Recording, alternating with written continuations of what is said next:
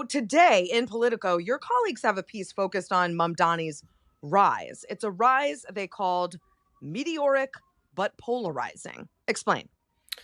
I think it's polarizing basically in two ways. I think if you just look at the general electorate, as we talked about before, this is a very sort of bitter, unusual general election.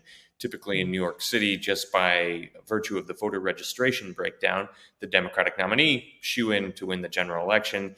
The fact that Cuomo can exist as an independent candidate and be, even somewhat viable speaks to deep divisions, I think, in New York City electorate between people who are very wary of a democratic socialist, who don't like Mamdani because of his past statements about the NYPD, who don't like what he has to say about Israel and the war in the Middle East. And I think, that's obviously showing up in the poll numbers. I think he's also divisive in that the national Democratic leaders are very, I think, unsure about how to treat this. A lot of people see him as the future of the party, but you have people who want him nowhere near the party. Cuomo says all the time, he accuses him of not being a Democrat, despite the fact he won the Democratic primary.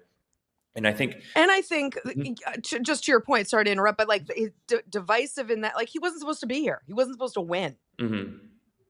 And so that's divided the party too. Like, what do we do about this? Right.